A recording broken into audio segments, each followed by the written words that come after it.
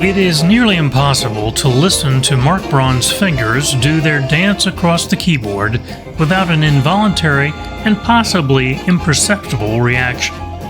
Your toes tap, your head begins to nod, and you might not realize you've started to smile. Mark is better known in these parts around Ann Arbor, Michigan, as Mr. B. He's been entertaining people outside on the street, inside the bars, and at concert venues for nearly half a century. His music is part jazz, part blues, and mostly boogie woogie. I made my way along a bumpy dirt road in Washtenaw County to his home, a modest farmhouse, where I was welcomed inside by his wife and dog while the other animals waited outside. The road less traveled to Mr. B's house seemed an appropriate metaphor to his life story. I'm excited about this because I have seen you play many times, and it always is an amazing performance. And I just wanted to start with a little bit of your background.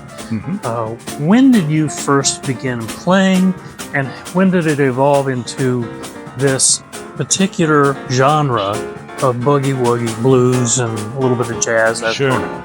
Yeah, so I started later than most kids. I think I might have had a little tiny bit of early interest, when I was maybe 12 or 13, but didn't really take it up. Then when I was about 16 and 17, I started to really take an interest in trying to learn how to play the piano. And I was fortunate in that this in itself could be a long story, so I'll abbreviate it. But because of the Ann Arbor Blues and Jazz Festivals that took place in, I think right around 1970, there were two of them. There was a real awakening here in Ann Arbor. It was the very first festival that had both so-called blues and jazz artists in mass. So you could have someone like John Lee Hooker followed by, Count Basie Orchestra. So it was a really exceptional festivals, and it made the Ann Arbor public kind of revitalized whatever interest there might have been in just jazz and blues music in general. And on the heels of that, there was a club that opened in Ann Arbor. It's still here, but it's completely different now. It was called the Blind Pig Cafe. And they had a little basement room that seated 56 people. And every Monday night, they had a blues piano player from Detroit named Boogie Woogie Red. So I started coming down from Flint, which is my home, to hear him almost every single Monday at about the age of 17. At a time when the drinking age, I think, was 18.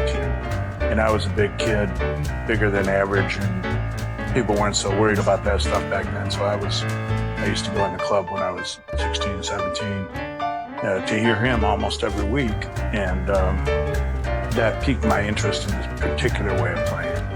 And what drew you to this particular area? I mean, besides hearing him play, there had to be a part of you that went, ooh, I really enjoy this. Well, yeah, that's true. I mean, I loved growing up in Flint. People don't understand because, they didn't have the opportunity to understand what a great, vibrant city Flint was when I grew up there, Flint, Michigan.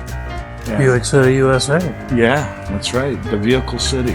And with the 3-mile-long Buick factory, 2 Chevy plants, AC spark plug, two Fisher body factories, DuPont paint. There was a lot of industry in Flint and a lot of wealth. And the Mott Foundation was there. We had loads of opportunities.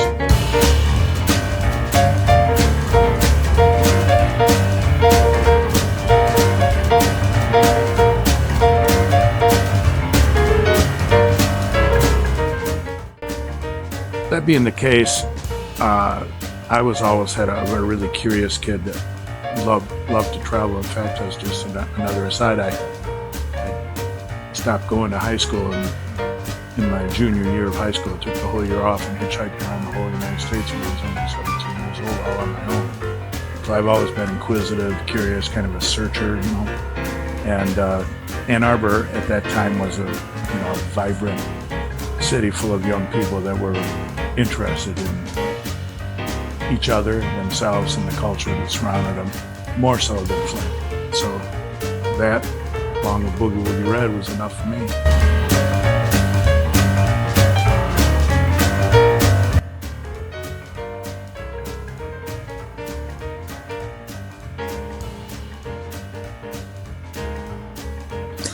Do you remember the first time you played for money? You got paid?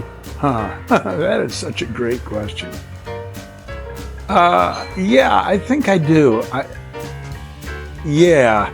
So I was in a band in Flint for about a year is all, called the Greg Williams Experience. And for your radio listeners that can't see me, I'm Caucasian, and it was an all-black band, and we played some really rugged places up in Flint. We played at strip clubs, biker bars. It was a learning experience for me, you know.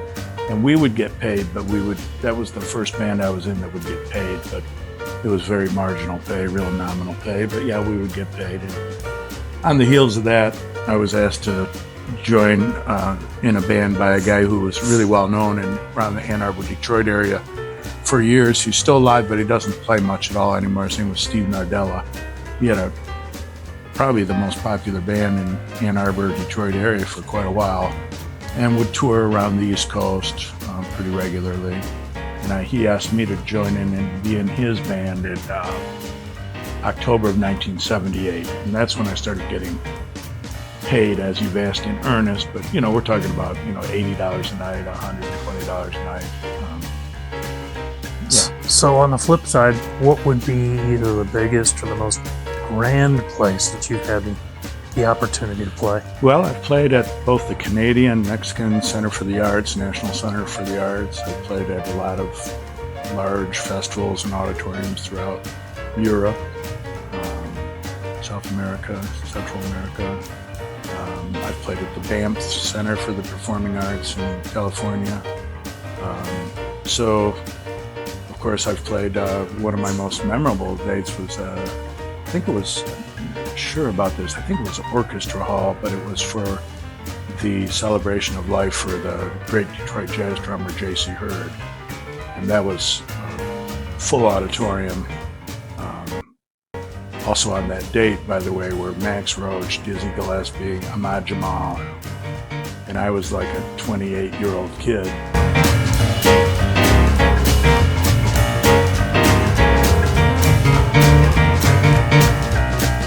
I would say that was, in terms of the level of talent that was surrounding me, I'll never experience anything like that again in all likelihood, no matter what, because, you know, Max Roach, Dizzy Gillespie, you're talking about the top talent in the world.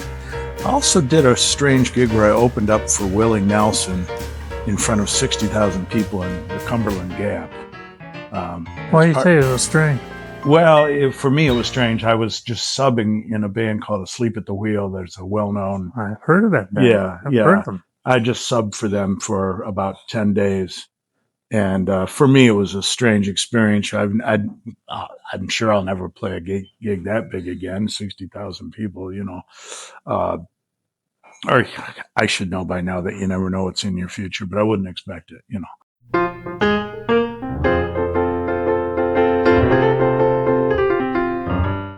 So when did you realize you had a gift and could play, let's say, beyond the capabilities of the average bear, so to speak? Oh, well, that's interesting. By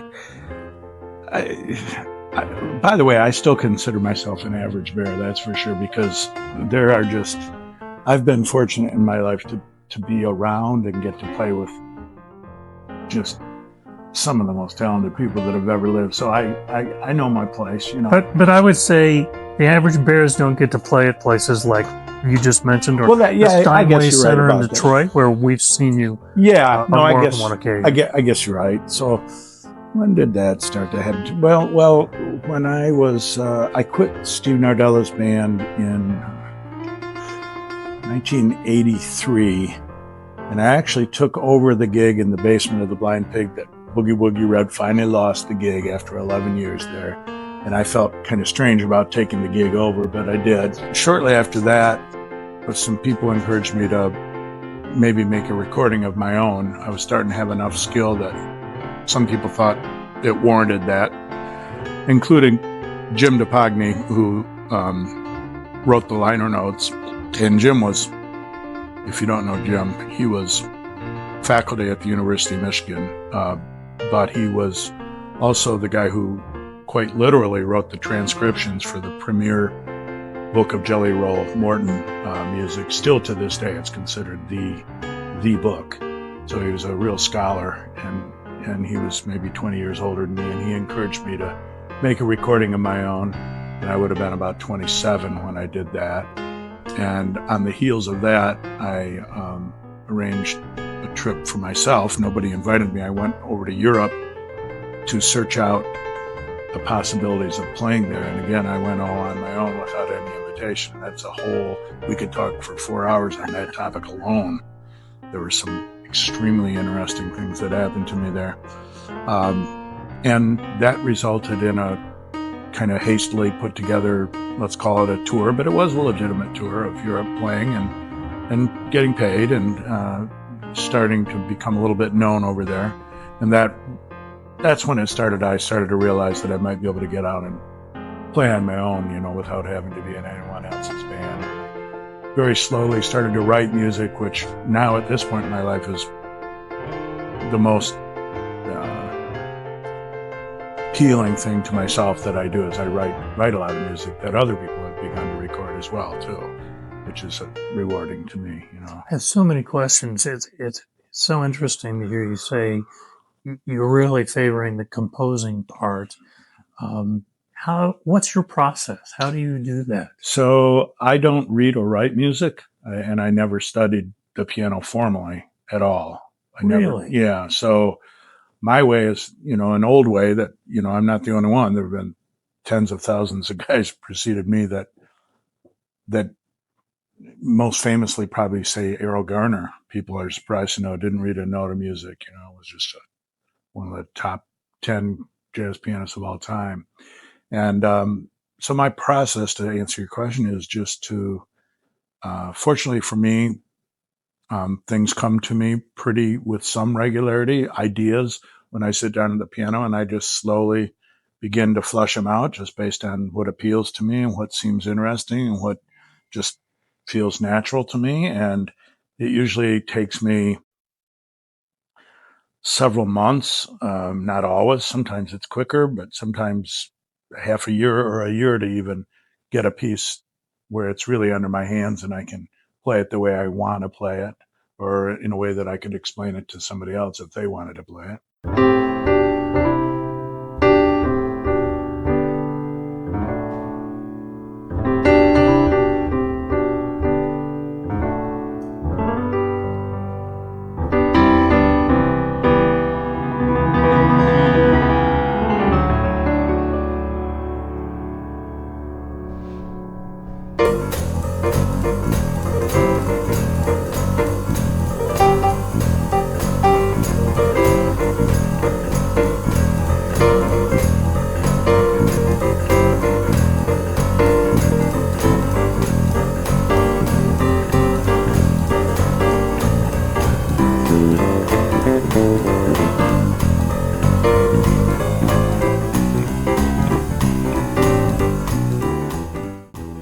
It's very instinctive.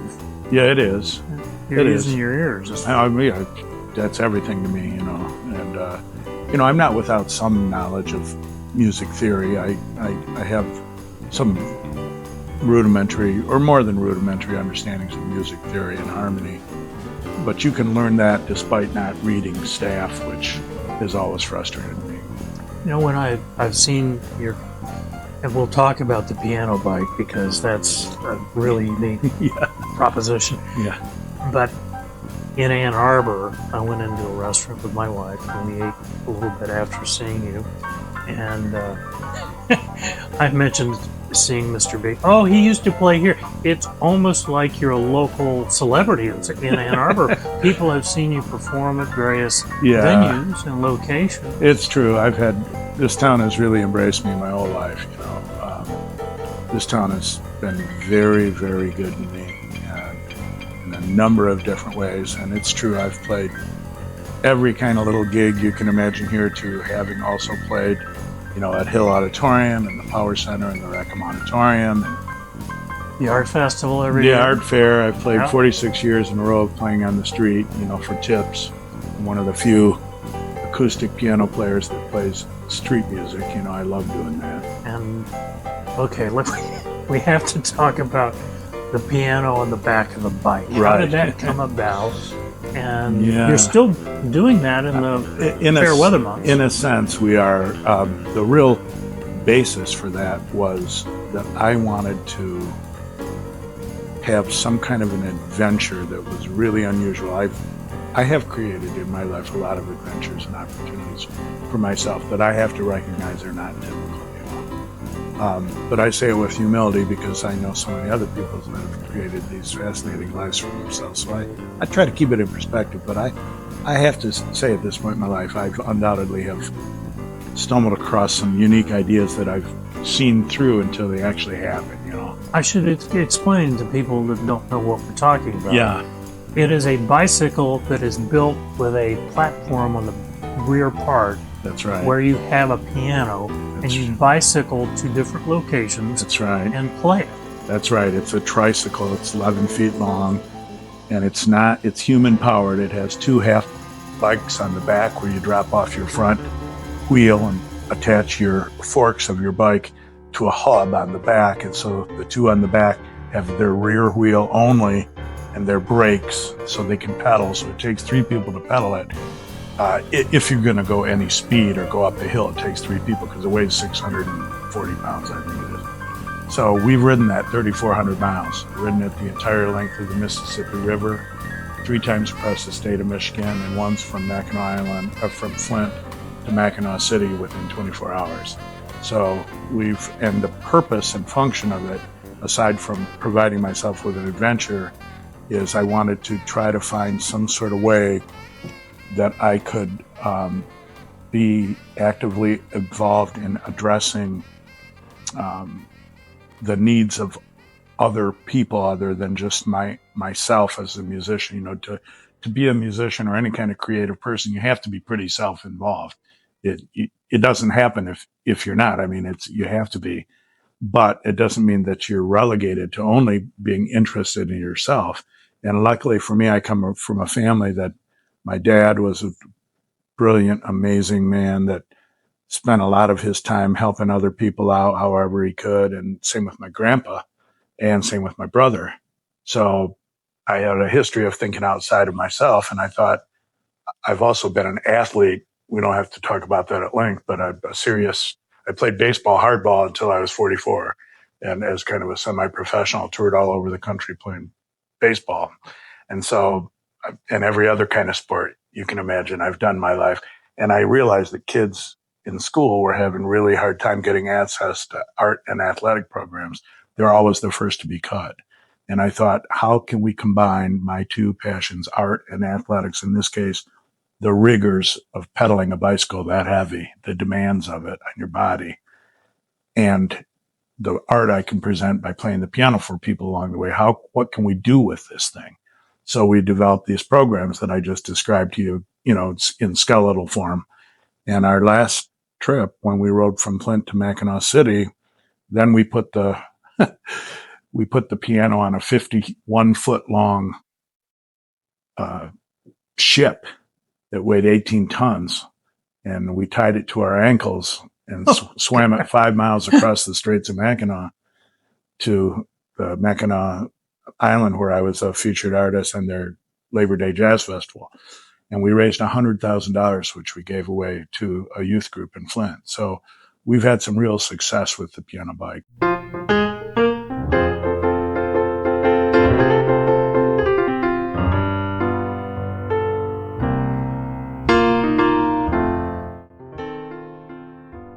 We're talking with Mark Braun, known as Mr. B, in Ann Arbor, and we're at his home.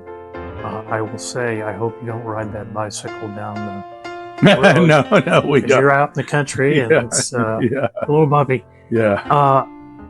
So would you do that again? Would you try Funny you'd ask. I thought we were completely done because in the last several years, I've had 2 knee surgeries, 2 hip replacements, 3 hand surgeries. I asked a lot of my body over my lifetime, and I'm kind of paying the water bill now for it. I thought we were done, but my wife and I, Wendy, who you met, who incidentally she doesn't like it when I say this, but it's a fact, she was a 2-time Michigan State road racing bicycle champion. She's a hell of a cyclist. And she and I are kind of dreaming up what could become one last project. It's in the extremely young stages right now. I have some appointments on my calendar with people, and all I'll say at this point, because I don't like to let the cat out of the bag until it's a little bit more real, but we're discussing a possibility of an event that could occur in Ann Arbor only, that doesn't require us to travel long distances. For people that don't maybe recognize what Boogie Woogie is, Yeah. how would you describe it? So Boogie Woogie is a kind of form of piano playing. Can be done on other instruments, but it's really a piano-driven thing that started to become recognized and kind of codified in, say, the very late teens, into the 20s, into the earliest recording era. And it comes from the South. It's almost exclusively an African-American art form. Comes from states like East Texas, Mississippi, Georgia, Florida, Alabama, the South. And it's based usually on a blues format. So without getting too much into the weeds and putting everyone to sleep who's listening to this, it's usually based on a 12-bar blues pattern, which is a repeating pattern, harmonic pattern.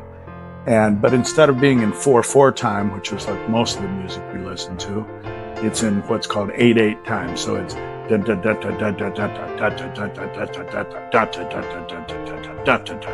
so it involves these heavy left-hand figures. So it's really a two-handed piano style, maybe the most rhythmic and percussive of all piano styles in some ways. Not to diminish anything else, but and it's usually more driven by rhythm and texture than melody per se.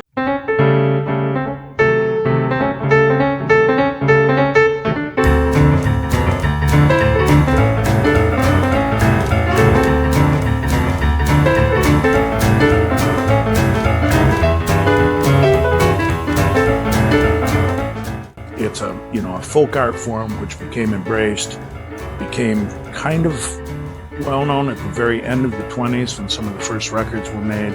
But then John Hammond Sr., the record executive for Columbia Records, who went on to discover Bob Dylan, Bruce Springsteen, but also early in his year Count Basie. He was probably the most prescient and brilliant A&R man, discoverer and promoter of talent in American history. He found some of the guys that had recorded in the 20s, brought them to Carnegie Hall for a concert, and I think it was 1938 or 39, called the Spirituals to Swing Concerts. And there were 3 of the premier Boogie Woogie pianists at that time, Pete Johnson, Albert Ammons, and Meadlux Lewis. They played, the 3 of them, on 2 pianos. And it was the very first time that both black and white artists had played at Carnegie Hall together. So it's a really significant concert. And that's when that began what was a Boogie Woogie revival. So all the soldiers that fought in World War II, so from 41 through 44, Boogie Woogie was the rage.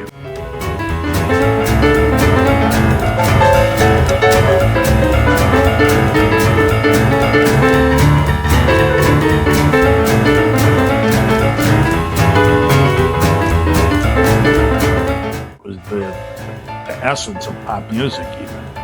And so all the big bands took what was really and should have remained a singular style to solo pianists and incorporated it into orchestral form, and it just took off, It was the thing, it was the thing. So Even the Glenn Miller Band. Even the Glenn Miller Band, yeah.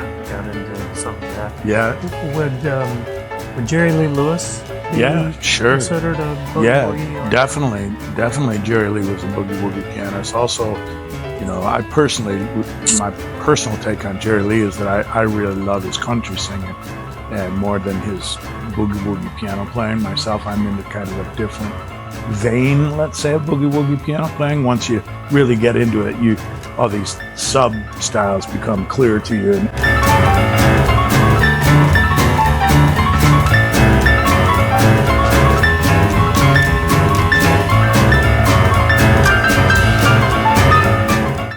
When you are performing, can you tell if the audience is into it? I mean, are there differences? Like some audiences are really into it. Oh, some are just kind of listening to it as background music. Most definitely.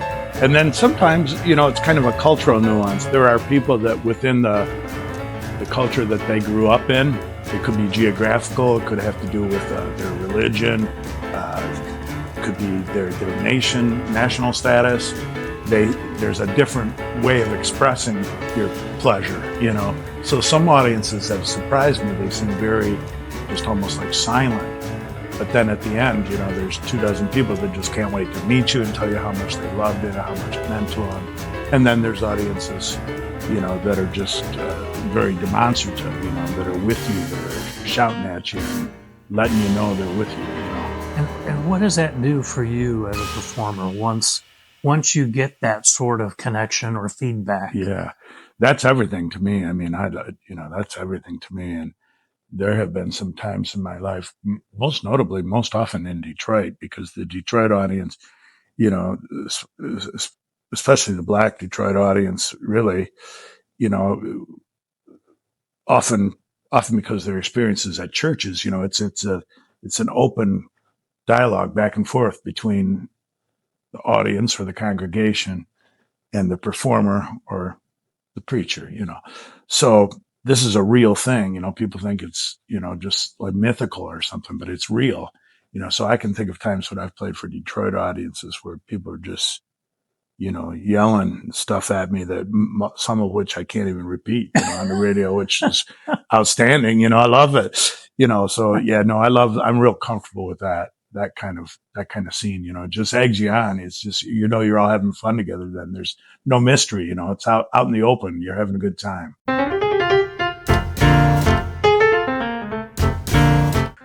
But where kind of what I would say corny tricks by performers are, enough to excite an audience. And that's never been me. The musicians that I regarded the most, it's not that I don't like to have a good time and have fun when I'm playing and be loose and engaging, but the music has to be real, it has to. Authenticity. Music, authenticity. Right? Thank you. The music has to do it for me, not some goofy trick of jumping off the bench or, I'm not very interested in that. Although sometimes it's interesting when some of the performers, especially if there's a couple playing at the same time, and all of a sudden they switch hands and they're playing what would traditionally be left hand with their right and vice versa. Yeah. I don't know how they do it. Yeah, it's a really common thing, especially when you're playing boogie woogie piano. If someone sits next to you, you'll cross hands so that each of you can be playing the typical left hand patterns with your left hand. And so you've got two roaring bass lines and you've got the right hand playing melodies. It's like dueling piano. Yeah, can be, so that's. And you've done that. You've had other piano players playing with you at the same time. Oh, yeah. In fact, I've produced a concert series in Ann Arbor we'll be in our 29th year next April, which I think you may have attended one or two, I'm not sure. But, we've had, some of the most major jazz pianists that were alive at their time have come through Ann Arbor to play. And we used to always have two pianos at the Arc, and I got to play duets with some of my real heroes, through producing those events. It's got to be a thrill. Oh, yeah. You've also had some trials in recent times. Yes. Because you do woodworking. Yep. As another talent. Yep. Tell us about what you've experienced and what you're recovering from in terms of the health issues. Yeah, so in February, I had a woodworking accident in my shop making a piece of furniture. And like most woodworking accidents, it's operator error, You can't blame it on the sunshine or a bird outside the window. It's something you haven't accounted for. And it was a pretty serious injury to my left hand, and I had to have emergency surgery that night. And that put me out of business for about 12 weeks and had to miss a very substantial tour of Europe and some really nice gigs, and also put me out of my furniture making for quite a while. My wife and I make furniture together. It's something that we've had some pretty good success at the last 5 or 6 years, and I loved doing it. I love the balance in my life. You know, so many musicians have to have another job of some kind. Musicians much greater than me have to teach at a university or have private students, or just to make it by only playing your instrument is more unusual than people realize. And plus, I learned at an early age how to work, and I've always been a hard worker. And so I've always worked throughout my life, and my choice of work was as a carpenter, so my path was typical, building whole houses, you know, framing up houses in the winter. Then you become a trim carpenter, and then you become a cabinet maker, then you become, if you have a design sense and stuff, you become a furniture maker. So that's what we do. I hurt my hand real badly and put me out of work, and then on the heels of that, my hands were still troubling me quite a whole lot, and because of my overuse of my hands with baseball, piano playing, furniture making, I had to have 2 carpal tunnel trigger finger resurgeries, both hands, put me out for another 11 weeks. So that's where I am right now. I'm just waiting to be able to re-engage with both of my occupations. It's going to be tough. How do you keep the faith during some period like that? I don't always. Sometimes I have some dark moments, you know, and then other times really hopeful ones, you know, to be able to, I'm hopeful and expecting to feel great again in my life with my hands, you know. But I just got to go through this fire, you know, and heal, take my time and think positive, and I'm hoping for the very best.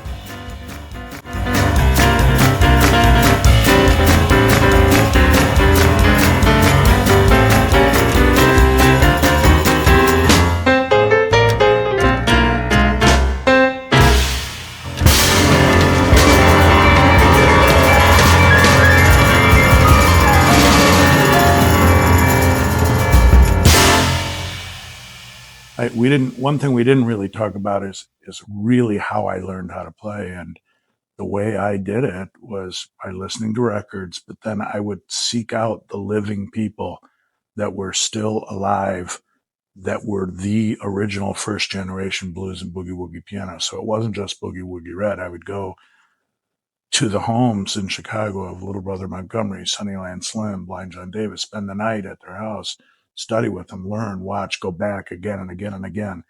How do you learn how to do this? So I went right to the source. You know, I was in the main And they vein. welcomed you. They didn't. They thought, "Hey, we're going to help pass this on to someone younger." Eventually, in a couple cases, there was some pushback. I've got stories that go all over the map.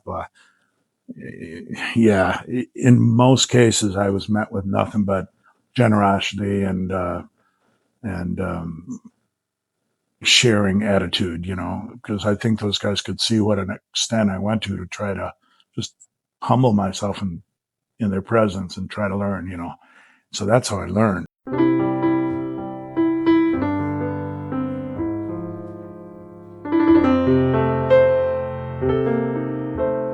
You know, I want to have my ears filled with every kind of music, whether I can play it or not. And so slowly that blues piano playing is the ideal foundation to any kind of jazz piano playing. It is the foundational bedrock. But I've, you know, drifted away from that over the years, always keeping that in my back pocket. But in writing music and performing other music, I've grown as a musician.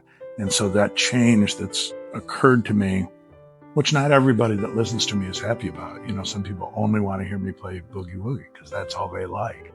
And they're disappointed when I play my own material, or, you know, oh yeah, that's happened to me several times, me even many times. But that's all right.